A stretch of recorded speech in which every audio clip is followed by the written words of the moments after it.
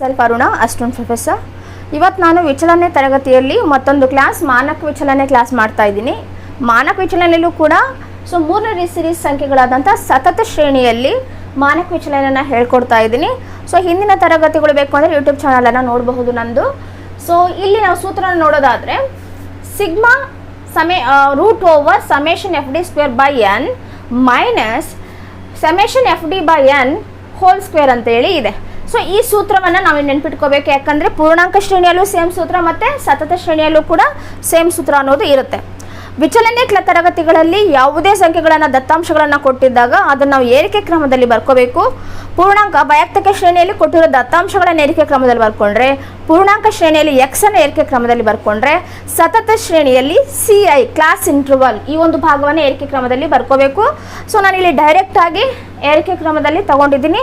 If question ಪೇಪರಲ್ಲಿ ಏರಿಕೆ ಕ್ರಮದಲ್ಲಿ ಕೊಟ್ಟಿಲ್ಲ ಅಂತಂದರೆ ನೀವು ಏರಿಕೆ ಕ್ರಮದಲ್ಲಿ ಬರ್ಕೊಂಡಾಗ ಅಷ್ಟೇ ಅದು ನಿಮಗೆ ಕರೆಕ್ಟಾದ ಆನ್ಸರ್ ಸಿಗೋದಕ್ಕೆ ಸಾಧ್ಯ. ಆ್ಯಸ್ ಯೂಶುವಲ್ ನಾವು ನೋಡೋ ಪ್ರಕಾರ ಮೊದಲಿಗೆ ನಾವು ಸೂತ್ರವನ್ನು ನೋಡ್ತೀವಿ. ಇಲ್ಲಿ ರೂಟ್ ಇದೆ ಅಂದ ತಕ್ಷಣ ಹೆದರ್ಕೊಳ್ಳೋ ಅವಶ್ಯಕತೆ ಇಲ್ಲ. ಇಲ್ಲಿ ನಾವು ನೋಡಬೇಕಾದ್ರೆ ಏನೇನು ಬೇಕು ಅಂತ ಅಂದಾಗ ಎನ್ ಬೇಕು. ಎನ್ ಅಂತಂದರೆ ಎನ್ ಸಮೇಷನ್ ಆಫ್ ಎಫ್ ಅಂದರೆ ಎಫ್ನ ಮೊತ್ತ ಎನ್ ಆಗುತ್ತೆ. ಅದ್ರ ಬಗ್ಗೆ ತಲೆ ಕೆಡಿಸ್ಕೊಳ್ಳೋದು ಬೇಡ. ಈ ಒಂದು ಮೇಲಿನ ಪಾರ್ಟ್ಗೆ ಬರೋಣ.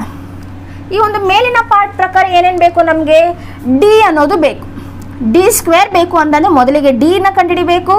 ಡಿ ಆದಮೇಲೆ ಡಿ ಸ್ಕ್ವೇರನ್ನು ಕಂಡುಹಿಡಿಬೇಕು. ಡಿ ಸ್ಕ್ವೇರ್ ಆದಮೇಲೆ ಎಫ್ ಮತ್ತು ಡಿ ಸ್ಕ್ವೇರನ್ನು ಗುಣಿಸಬೇಕು. ಎಫ್ ಡಿ ಸ್ಕ್ವೇರನ್ನು ಗುಣಿಸಿದ ಮೇಲೆ ಗುಣಿಸಿರುವುದನ್ನು ಸಮೇಷನ್ ಮಾಡಬೇಕು. ಅವಾಗಷ್ಟೇ ಅಂದರೆ 4 ಸ್ಟೇಜಸನ್ನು ದಾಟಿದಾಗ ಅಷ್ಟೇ ನಮಗೆ ಸಮೇಷನ್ ಎಫ್ ಡಿ ಸ್ಕ್ವೇರ್ ಅನ್ನೋದು ಸಿಗುತ್ತೆ. ನೆಕ್ಸ್ಟ್ ಈ ಪಾರ್ಟಲ್ಲಿ ಬರೋದಾದರೆ ಸಮೇಷನ್ ಎಫ್ ಡಿ ಅಂದರೆ ಎಫ್ ಮತ್ತು ಡಿ ಅನ್ನು ಗುಣಿಸಿದಾಗ ಬರುವಂಥ ಆನ್ಸರ್. ಹಾಗಾಗಿ ಡಿ ಆಲ್ರೆಡಿ ಕಂಡುಹಿಡ್ತಿರ್ತೀವಿ, ಎಫ್ ಆಲ್ರೆಡಿ ಇರುತ್ತೆ. ಹಾಗಾಗಿ ಸಮೇಷನನ್ನು ಮಾಡಿದರೆ ಆಯಿತು. ಈ ಎಲ್ಲ ಪ್ರಕಾರಗಳನ್ನು ಮಾಡೋ ಮುಂಚೆ ನಮಗೇನು ಬೇಕು ಅನ್ನೋದು ವೆರಿ ಇಂಪಾರ್ಟೆಂಟ್. ನಮಗೇನು ಬೇಕು ಅಂತಂದರೆ ಇಲ್ಲಿ ಡಿ ಅನ್ನೋದು ಬೇಕು. ಡಿ ಬೇಕು ಅಂತಂದರೆ ಡಿ ಅನ್ನು ಕಂಡುಹಿಡಿಯೋ ಸೂತ್ರ X minus A M. X minus A M ಅಂತಂದರೆ ಎಕ್ಸ್ ಬೇಕು ಮತ್ತು ಎ ಎಮ್ ಬೇಕು. ಇಲ್ಲಿ ಎಕ್ಸ್ ತಗೊಳ್ಳೋಣ ಅಂತಂದರೆ CIಯಲ್ಲಿ ಯಾವುದನ್ನ ಎಕ್ಸ್ ಅಂತ ತಗೊಳ್ಳೋಣ, ಬಿಕಾಸ್ ಇಲ್ಲಿ ಕಂಟಿನ್ಯೂಸ್ ಸಿರೀಸ್ ಇದೆ. 10 to 20 ಅಂತ ಅಂದಾಗ ಅಲ್ಲಿ 10 ಸಂಖ್ಯೆಗಳಿದೆ. ಯಾವ ಸಂಖ್ಯೆನೂ ಎಕ್ಸ್ ಅಂತ ತಗೋಬೇಕು, ಒಂದು ಸಂಖ್ಯೆ ಸಿಂಗ್ಯುಲರ್ ಸಂಖ್ಯೆ ಎರಡು ಸಂಖ್ಯೆಗಳನ್ನ ಎಕ್ಸ್ ಅಂತ ಹೇಳಿ ತಗೊಳ್ಳೋದಕ್ಕೆ ಸಾಧ್ಯ ಆಗೋದಿಲ್ಲ. ಹಾಗಾಗಿ ನಮಗೆ ಎಕ್ಸ್ ಬೇಕಾಗಿರೋದ್ರಿಂದ ನಾವೇನು ಮಾಡ್ತೀವಿ ಅಂತಂದರೆ ಮಿಡ್ ವ್ಯಾಲ್ಯೂವನ್ನು ಕಂಡುಹಿಡಿತೀವಿ. ಯಾವಾಗ ಮಿಡ್ ವ್ಯಾಲ್ಯೂವನ್ನು ಕಂಡುಹಿಡಿತೀವೋ ಅದನ್ನು ನಾವು ಎಕ್ಸ್ ಅಂತ ಹೇಳಿ ಕನ್ಸಿಡರ್ ಮಾಡ್ತೀವಿ. ಇಲ್ಲಿ ನೋಡಿ ಮಧ್ಯದ ಸಂಖ್ಯೆ ಯಾವುದು ಅಂತಂದರೆ 10 ಮತ್ತು 20ರ ನಡುವಿನ ಮಧ್ಯದ ಸಂಖ್ಯೆ 15, ಇದರ ಮಧ್ಯದ ಸಂಖ್ಯೆ 25, ಇದರ ಮಧ್ಯದ ಸಂಖ್ಯೆ 35, ಇದರ ಮಧ್ಯದ ಸಂಖ್ಯೆ 45, ಇದರ ಮಧ್ಯ ಸಂಖ್ಯೆ 55, 65. ನಿಮಗೆ ಹೇಗೆ ಬಂತು ಅಂತ ಹೇಳಿ ಗೊತ್ತಾಗಿಲ್ಲ ಅಂತಂದರೆ ಇವೆರಡನ್ನು ಕೂಡಬೇಕು. 10 + 20 / 2 ಅಂತ ಹೇಳಿ ಮಾಡಬೇಕು. 10 + 20 ಎಷ್ಟಾಗುತ್ತೆ, 30/2. 2 5 15 ಬರುತ್ತೆ. ಹಾಗಾಗಿ ಇಲ್ಲಿ ಮಧ್ಯದಲ್ಲಿ ಬರುವಂಥ ಸಂಖ್ಯೆ ಡೈರೆಕ್ಟ್ ಆದರೂ ತಗೋಬೋದು, ಅಥವಾ ನೀವು ಈ ರೀತಿ ಮಾಡಿ ಲೆಕ್ಕನ ನೀವು ಕೂಡ ಮಾಡ್ಬೋದು. ಇಲ್ಲಿ ನಾವು ಎಕ್ಸ್ ನಮಗೆ ಈಗ ಸಿಕ್ತು ಅಂದರೆ ಎಕ್ಸ್ ಸಿಕ್ತು, ಆದರೆ ಎ ಎಮ್ ಇಲ್ಲ. ಎ ಎಮ್ ಕಂಡುಹಿಡಿಬೇಕು ಅಂತಂದ್ರೇನು, ಎ ಎಮ್ನ ಕಂಡುಹಿಡಿಬೇಕು ಅಂತಂದರೆ summation F X by N. Summation F X by N ಬೇಕು, ಅವಾಗಷ್ಟೇ ನಾವು ಮಾಡೋದಕ್ಕೆ ಸಾಧ್ಯ. ಎನ್ ಇದೆ, ಎಫ್ ಎಕ್ಸ್ನ ಕಂಡುಹಿಡಿಯೋಣ. ಎಫ್ ಎಕ್ಸ್ ಇವಾಗ ಏನು ನಾವು ಮಿಡ್ ವ್ಯಾಲ್ಯೂನ ಕಂಡುಹಿಡಿದಿದ್ದೀವಿ, ಇದನ್ನು ನಾವು ಇವಾಗಲಿಂದ ಏನು ಮಾಡ್ತೀವಿ, ಎಕ್ಸ್ ಅಂತ ಹೇಳಿ ಕನ್ಸಿಡರ್ ಮಾಡ್ತಾ ಹೋಗ್ತೀವಿ. ಇಲ್ಲಿ ಎಫ್ ಎಕ್ಸನ್ನು ನಾವು ಗುಣಿಸ್ತಾ ಇದ್ದೀವಿ. 2 15 30, 4 25 100, 6 35 210, 8 45 360, 10 55 550, 2 65 130. ಎಫ್ ಎಕ್ಸನ್ನು ಕಂಡುಹಿಡಿದಾದ್ಮೇಲೆ ಸಮೇಷನ್ ಎಫ್ ಎಕ್ಸ್ ಅಂತಂದರೆ ಇವೆಲ್ಲವನ್ನು ಕೂಡಬೇಕು. ಇವೆಲ್ಲವನ್ನು ಕೂಡಿದಾಗ 1380 ಅನ್ನೋದು ಸಿಕ್ತು. ಇವಾಗ ನಾವು ಎನ್ನನ್ನು ಕಂಡುಹಿಡಿಯೋಣ. ಏನಿಲ್ಲ, ಇವೆಲ್ಲವನ್ನು ಕೂಡ್ತಾ ಹೋಗೋದು. ಇವೆಲ್ಲವನ್ನು ಕೂಡಿದಾಗ ನಮಗೆ 32 ಸಿಕ್ತು. ಸಮೇಷನ್ ಎಫ್ ಎಕ್ಸ್ ಮತ್ತು ಎನ್ ಸಿಕ್ಕಿದಾಗ ಎ ಎಮ್ ಕಂಡುಹಿಡಿಯೋದು ಸುಲಭ. ಎ ಎಮ್ ಕಂಡುಹಿಡಿಯೋದಕ್ಕೆ ಏನು ಮಾಡಿದ್ದೀನಿ, ಸಮೇಷನ್ ಎಫ್ ಎಕ್ಸನ್ನು ಬರ್ಕೊಂಡಿದ್ದೀನಿ. ಅಂದರೆ 100 380 / 32. ಇದನ್ನು ಭಾಗ ಮಾಡಿದಾಗ 43.1 ಸಿಕ್ತು. ಇದನ್ನ ನಾವು AM ಅಂತ ಹೇಳಿ ಕರಿತೀವಿ ಅಥವಾ ಅರ್ಥಮೆಟಿಕ್ ಮೀನ್ ಅಂತ ಹೇಳಿ ಕರಿತೀವಿ. ಸೊ ಇವಾಗ ನಾವೇನು ಮಾಡಬೇಕು ಅಂತಂದರೆ ಡಿ ಅನ್ನು ಕಂಡುಹಿಡಿಯೋಣ. ಹೇಗೆ ಡಿ ಕಂಡುಹಿಡಿಯೋದು? D is equal to x minus AM. ಇಲ್ಲಿ ಎಕ್ಸ್ ಅಂತಂದರೆ ಮಿಡ್ ವ್ಯಾಲ್ಯೂ 15, 25, 35, 45, 55 ಆ್ಯಂಡ್ 65 ಮೈನಸ್ ಹಾಕ್ಕೊಳ್ಳೋಣ. ಸೊ AM ಎಷ್ಟು ಬಂದಿದೆ ಅದನ್ನು ಬರ್ಕೊಳ್ಳೋಣ. ಎಷ್ಟು? 43.1 43.1 43.1 43.1. ಸೊ ಇವಾಗ ನಾವು ಇದನ್ನು ಮೈನಸ್ ಮಾಡಿದ್ರೆ ನಮಗೆ ಏನು ಸಿಗುತ್ತೆ? ಡಿ ಅನ್ನೋದು ಸಿಗುತ್ತೆ. ಇಲ್ಲಿ 15 ಮೈನಸ್ 43.1 ಅಂತ ಅಂದಾಗ ಮೈನಸ್ 28.1 ಅನ್ನೋದು ಬರುತ್ತೆ. ಸೊ ಇಲ್ಲಿ ಚಿಹ್ನೆಗಳನ್ನು ಹಾಕೊಳ್ಳೋದು ವೆರಿ ಇಂಪಾರ್ಟೆಂಟ್. ದೊಡ್ಡಂಕಿ ಚಿಹ್ನೆ ಮೈನಸ್, ಸೊ ಹಾಗೆ ಮೈನಸ್ ಬಂತು. 25 ಮೈನಸ್ 43.1 ಅಂತ ಹೇಳಿದರೆ ಮೈನಸ್ 18.1. ಸೊ ಇಲ್ಲಿ 35.43 ಮೈನಸ್ 1 ಅಂತಂದರೆ ಮೈನಸ್ 8.1. ಸೊ ಇಲ್ಲಿ 45 ಮೈನಸ್ 43.1 ಅಂದರೆ ಪ್ಲಸ್ 1.9. ಸೊ ಈ ರೀತಿ ಎಲ್ಲ ಮೈನಸ್ ಮಾಡಿದಾಗ ಈ ಒಂದು ವ್ಯಾಲ್ಯೂಸ್ ಏನು ಸಿಗುತ್ತೆ, ಈ ವ್ಯಾಲ್ಯೂಸ್ ಎಲ್ಲವೂ ಕೂಡ ಡಿ. ನಾವು ಇದುವರೆಗೂ ಕಂಡುಹಿಡಿದಿದ್ದು ಡಿ. ಆದರೆ ನಮಗೆ ಡಿ ಬೇಕಾಗಿಲ್ಲ, ಡಿ ಸ್ಕ್ವೇರ್ ಬೇಕು. ಡಿ ಸ್ಕ್ವೇರ್ ಅಂತ ಅಂದಾಗ ಇದನ್ನು 28.1 ಇಂಟು 28.1 ಅಂತ ಮಾಡಿದಾಗ ಸೊ ನಮಗೆ ಇದು ಸಿಗುತ್ತೆ. ಇಲ್ಲಿ ಚಿಹ್ನೆಗಳೆಲ್ಲ ಬದಲಾಗುತ್ತೆ. ಯಾಕೆ ಅಂತಂದರೆ ಎರಡು ಸಲ ಚಿಹ್ನೆಗಳನ್ನು ಗುಣಿಸ್ತೀವಿ. Minus into minus plus, minus into minus plus, minus into minus plus. So ಹಾಗಾಗಿ ಡಿ ಸ್ಕ್ವೇರ್ ಎಲ್ಲವೂ ಕೂಡ ಪ್ಲಸ್ ಬರುತ್ತೆ. ಸೊ ಹಾಗಾಗಿ ಇಲ್ಲಿ ನಾವು ತಲೆ ಕೆಡಿಸ್ಕೊಳ್ಳುವಂಥ ಅವಶ್ಯಕತೆ ಇಲ್ಲ. ಆದರೆ ನೆಕ್ಸ್ಟ್ ನಮಗೆ ಬೇಕಾಗಿರೋದು ಡಿ ಸ್ಕ್ವೇರ್ ಅಲ್ಲ, F D square. So F D square ಹೇಗೆ ಮಾಡೋದು? ಎಫ್ ಏನಿದೆ ಎಫ್ನ ಬರ್ಕೋಬೇಕು. ಮೊದಲಿಗೆ ನಾವು ಎಫ್ನ ಬರ್ಕೋಬೇಕು ಅಂದರೆ 2, 4, 6, 8, 10 and 2 into D square. D square ಎಷ್ಟಿದೆ?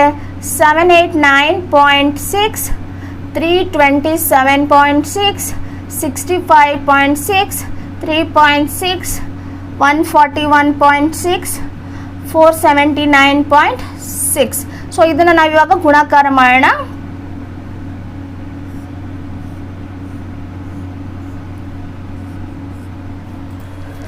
ಸೊ ಗುಣಾಕಾರ ಮಾಡಿದ ನಂತರ ನಮಗೆ ಈ ವ್ಯಾಲ್ಯೂಸ್ ಬರುತ್ತೆ. ನೀವು ತಲೆ ಕೆಡಿಸ್ಕೊಳ್ಳೋ ಅವಶ್ಯಕತೆ ಇಲ್ಲ. ಸಂಖ್ಯಾಶಾಸ್ತ್ರ ಏನಿದೆ, ಸಂಖ್ಯಾಶಾಸ್ತ್ರವನ್ನು ನಮಗೆ ಎಕ್ಸಾಮ್ಸಲ್ಲಿ ಮಾಡಬೇಕು ಅಂತಂದರೆ ಕ್ಯಾಲ್ಕುಲೇಟರ್ ಇರುತ್ತೆ.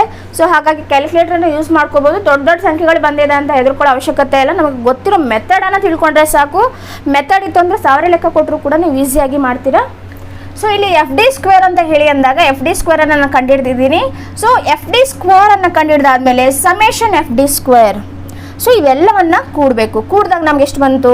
5687.2 ಅಥವಾ 5687.2 ಅನ್ನೋದು ಸಿಕ್ತು. ನೆಕ್ಸ್ಟ್ ಹಂತಕ್ಕೆ ಹೋಗಬೇಕಾಗಿರೋದು ನಮಗೆ ಎಫ್ ಡಿ ಬೇಕು. ಸೊ ನಾನು ಹೇಳಿದೆ ಈ ಒಂದು ಹಂತದಲ್ಲಿ ತುಂಬ ಹುಷಾರಾಗಿರಬೇಕು. ಬಿಕಾಸ್ ಇದ್ರ ಮೇಲೆ ನಮ್ಮ ಹೋಲ್ ಲೆಕ್ಕ ಅನ್ನೋದು ನಿಂತಿದೆ. ಎಫ್ ಏನಿದೆ ಎಫ್ ಬರ್ಕೊಳ್ಳೋಣ. 2, 4,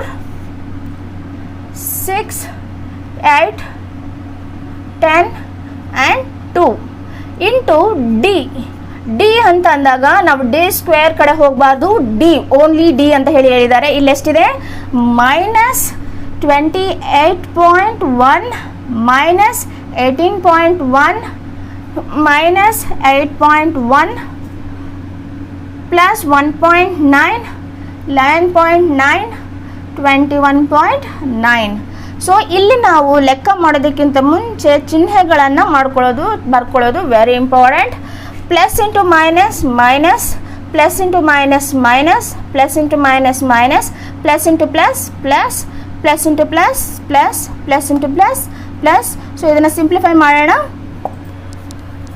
ಸೊ ಎಫ್ ಡಿಯನ್ನು ಕಂಡುಹಿಡಬೇಕು ಅಂತಂದಾಗ ನಾವು ಎಲ್ಲ ಚಿಹ್ನೆಗಳನ್ನ ಬರ್ಕೊಂಡಾಯಿತು. ಸೊ ಇದನ್ನು ಗುಣಾಕಾರ ಮಾಡಿದಾಗ ಇವೆಲ್ಲವೂ ಬಂದವು. ಆದರೆ ಇವೆಲ್ಲೂ ಬಂದಾದಮೇಲೆ ನೆಕ್ಸ್ಟ್ ನಾವು ಸಮೇಷನ್ ಎಫ್ ಡಿಯನ್ನು ಕಂಡುಹಿಡಿಯೋದಕ್ಕಿಂತ ಮುಂಚೆ ಪ್ಲಸ್ ವ್ಯಾಲ್ಯೂಸನ್ನು ಒಂದು ಕಡೆ ಬರ್ಕೋಬೇಕು, ಮೈನಸ್ ವ್ಯಾಲ್ಯೂಸನ್ನು ಒಂದು ಕಡೆ ಬರ್ಕೋಬೇಕು. ಸೊ ಮೈನಸ್ ವ್ಯಾಲ್ಯೂಸ್ ಏನಿದೆ, ಮೈನಸ್ ವ್ಯಾಲ್ಯೂಸನ್ನು ಇಲ್ಲಿ ಬರ್ಕೊಂಡಿದ್ದೀನಿ, ಪ್ಲಸ್ ವ್ಯಾಲ್ಯೂಸನ್ನು ಇಲ್ಲಿ ಬರ್ಕೊಂಡಿದ್ದೀನಿ. ಸೊ ಮೈನಸ್ ಮೈನಸ್ ಇದ್ದಾಗ ಪ್ಲಸ್ ಮಾಡಬೇಕು. ಇವೆರಡನ್ನು ಕೂಡಿದಾಗ ಮೈನಸ್ ಸಮಥಿಂಗ್ ಬರುತ್ತೆ. ಮತ್ತು ಈ ಮೈನಸ್ನ ಮತ್ತು ಈ ಮೈನಸ್ನ ಕೂಡಿದಾಗ 177.2 ಯಾವುದು? ಮೈನಸ್ 177.2 ಬಂತು. ಸೊ ಪ್ಲಸ್ ಇದ್ವಾಗ ಎಲ್ಲವನ್ನು ಕೂಡಿದಾಗ ನಮಗೆ ಪ್ಲಸ್ 178 ಅನ್ನೋದು ಬಂತು. ಸೊ ಇವಾಗ ಈ ಚಿಹ್ನೆಗಳ ಆಧಾರದ ಮೇಲೆ ದೊಡ್ಡ ಅಂಕೆಯಿಂದ ಚಿಕ್ಕ ಸಂಖ್ಯೆಯನ್ನು ಕಳಿಬೇಕು. 178 ಬಿಗ್ ಸಂಖ್ಯೆ ಆಗಿರೋದ್ರಿಂದ 178 ಬರ್ಕೊಂಡು ಮೈನಸ್ 177.2 ಅಂತ ಹೇಳಿ ಬರೆದಾಗ 0.8 ಬರುತ್ತೆ. ಸೊ ಈ 0.8 ಅನ್ನೋದು ಸಮೇಷನ್ ಎಫ್ ಡಿ ಆಗಿರುತ್ತೆ. ಸೊ ನಾನು ಹೇಳಿದ ಹಾಗೆ ಎಫ್ ಡಿ ಅನ್ನೋದು ಸಾಮಾನ್ಯವಾಗಿ 0 ಅಥವಾ 0. ಸಮಥಿಂಗ್ ಅನ್ನೋದು ಬರುತ್ತೆ. ಸೊ ಹಾಗಾಗಿ ನೀವು ಲೆಕ್ಕ ಮಾಡೋ ಕರೆಕ್ಟಾ ತಪ್ಪ ಅನ್ನೋದನ್ನು ಇಲ್ಲೇ ಗೊತ್ತಾಗ್ಬಿಡುತ್ತೆ. ಸೊ ಇದನ್ನ ತುಂಬ ವಿಷಯದಾಗಿ ನಾವು ನೋಡ್ಕೋಬೇಕಾಗತ್ತೆ. ನೆಕ್ಸ್ಟ್ ನೋಡೋಣ. ಸೊ ನಮಗೆ ಬೇಕಾದಂಥ ಎಲ್ಲವೂ ಸಿಕ್ಕಿದೆ. ನಾವು ಸೂತ್ರವನ್ನು ಹಾಕೋಬೇಕು. So sigma root over summation F D square by N minus summation F D by N whole square. So ಇದ್ರ ಪ್ರಕಾರ ಮಾಡ್ಕೊಂಡು ಹೋಗೋಣ. ಸೊ ರೂಟನ್ನು ಕೊನೆವರೆಗೂ ತೆಗೆಯೋ ಹಾಗಿಲ್ಲ. ಸೊ ಅದನ್ನು ನಾವು ನೆನ್ಪಿಟ್ಕೋಬೇಕು. ಸಮೇಷನ್ ಎಫ್ ಡಿ ಸ್ಕ್ವೇರ್ ಎಷ್ಟು ಬಂದಿದೆ? 5687.2. ಎನ್ ಎಷ್ಟಿದೆ? 32 minus summation F D 0.8 by 32 whole square. ಇದನ್ನು ಸಿಂಪ್ಲಿಫೈ ಮಾಡೋಣ. 5687 32 ಅಂತ ಭಾಗಾಕಾರ ಮಾಡಿದಾಗ ನಮಗೆ 177.7 ಬಂತು. ಸೊ 0.8 32 ಇಂದ ಭಾಗ ಮಾಡಿದಾಗ ನಮಗೆ 0.02 ಬಂದಿದೆ. ಸ್ಕ್ವೇರನ್ನು ನಾನು ಇಲ್ಲಿ ತೆಗ್ದಿಲ್ಲ. ಸೊ ಫಸ್ಟ್ ನಾವೇನು ಮಾಡಿದ್ದೀವಿ? ಭಾಗಾಕಾರ ಮಾಡಿದ್ದೀವಿ. ಬಟ್ ಸ್ಕ್ವೇರನ್ನು ಇಲ್ಲಿ ರೂಟನ್ನು ತೆಗ್ದಿಲ್ಲ, ಸ್ಕ್ವೇರನ್ನು ತೆಗ್ದಿಲ್ಲ. ನೆಕ್ಸ್ಟ್ ಸ್ಟೇಜಲ್ಲಿ ನಾವು ಇದನ್ನು ಸಿಂಪ್ಲಿಫೈ ಮಾಡಿದ್ಮೇಲೆ ಬರ್ಕೊಂಡಿರೋದನ್ನ ನೆಕ್ಸ್ಟ್ ಸ್ಟೇಜಲ್ಲಿ ಏನು ಬರ್ಕೊಂಡಿದ್ದೀನಿ ಅಂದರೆ ಸೇಮ್ ಅದನ್ನೇ ಬರ್ಕೊಂಡು ಫಸ್ಟು ಕಡೆ ಇರೋದನ್ನ ಮೊದಲಿಗೆ ಇರೋದನ್ನ ಫಸ್ಟ್ ಹಾಗೆ ಬರ್ಕೊಂಡು 0.02 ಅನ್ನೋ ಸ್ಕ್ವೇರ್ ಇದೆ ಅಲ್ಲ, ಇದ್ರ 2 ಸಲ ಗುಣಿಸ್ಬೇಕು. ಸ್ಕ್ವೇರ್ ಮೀನ್ಸ್ ಏನು? 2 ಸಲ ಗುಣಿಸ್ಬೇಕು. 2 ಸಲ ಇದನ್ನು ಗುಣಿಸಿದಾಗ 0.02 ಇಂಟು 0.02 ಮಾಡಿದಾಗ 0.0004 ಅನ್ನೋದು ನಮಗೆ ಬರುತ್ತೆ. ಸೊ ಇದಾದಮೇಲೆ ಈ ಸಂಖ್ಯೆಯಿಂದ ಈ ಸಂಖ್ಯೆಯನ್ನು ಮೈನಸ್ ಮಾಡಬೇಕು, ರೂಟನ್ನು ತೆಗಿಬಾರ್ದು. ಸೊ ಇದರಿಂದ ಇದನ್ನು ನಾವು ಮೈನಸ್ ಮಾಡಿದಾಗ 17 ರೂಟ್ ಓವರ್ 177.6 ಬಂತು. ಸೊ ಕೊನೆಗೆ ಸಿಂಗಲ್ ಸಂಖ್ಯೆ ಆದಮೇಲೆ ಅಷ್ಟೇ ನಾವು ರೂಟನ್ನು ತೆಗಿಬೇಕು. ರೂಟ್ ತೆಗೆಯೋದಂದರೆ ಹೇಗೆ? ರೂಟನ್ನು ಕಂಡುಹಿಡಿಯೋದು. 177.6ಗೆ ರೂಟ್ ಎಷ್ಟು ಅಂತಂದರೆ 13.3. ಸೊ ಇದು ನಮ್ಮ ಸ್ಟ್ಯಾಂಡರ್ಡ್ ಡಿವಿಯೇಷನ್ ಅಥವಾ sigma is equal to 13.3, S D is equal to ಅಂತಲೂ ಹೇಳ್ಬೋದು 13.3 ಅನ್ನೋದು ಬಂತು. ನೆಕ್ಸ್ಟ್ ಅದಾದಮೇಲೆ ಗುಣಾಂಕವನ್ನು ಕಂಡುಹಿಡಿಬೇಕು. ಗುಣಾಂಕ is equal to sigma by A M into 100. ಇಲ್ಲಿ S D by A M into 100 ಅಂತಲೂ ಬರೀಬೋದು. ಸೊ ಸಿಗ್ಮಾ ಎಷ್ಟು ಬಂತು? 13.3. ಸೊ ಎ ಎಮ್ ಎಷ್ಟು ಬಂತು? 43.1 ಇಂಟು 100. ಸೊ ಇದನ್ನು ನಾವು ಭಾಗ ಮಾಡಿದಾಗ 13.8. ಸೊ ಇಲ್ಲಿ ನೀವು ನೆನ್ಪಿಟ್ಕೋಬೇಕಾಗಿರೋದು ಸೂತ್ರವನ್ನು ನೆನ್ಪಿಟ್ಕೋಬೇಕು. ನೋಡಿ ಇಲ್ಲಿ ಸೂತ್ರದಲ್ಲಿ ಡಿ ಸ್ಕ್ವೇರ್ ಅಂತ ಅಂದರೆ so only F D square means ಇಲ್ಲಿ ಹೋಲ್ ಸ್ಕ್ವೇರ್ ಇಲ್ಲ. ಸೊ ಎಫ್ ಡಿ ಸ್ಕ್ವೇರ್ಗೂ ಎಫ್ ಡಿ ಹೋಲ್ ಸ್ಕ್ವೇರ್ಗೂ ವ್ಯತ್ಯಾಸ ಏನಿದೆ ಅಂತ ಹೇಳಿ ನೋಡ್ಕೋಬೇಕು.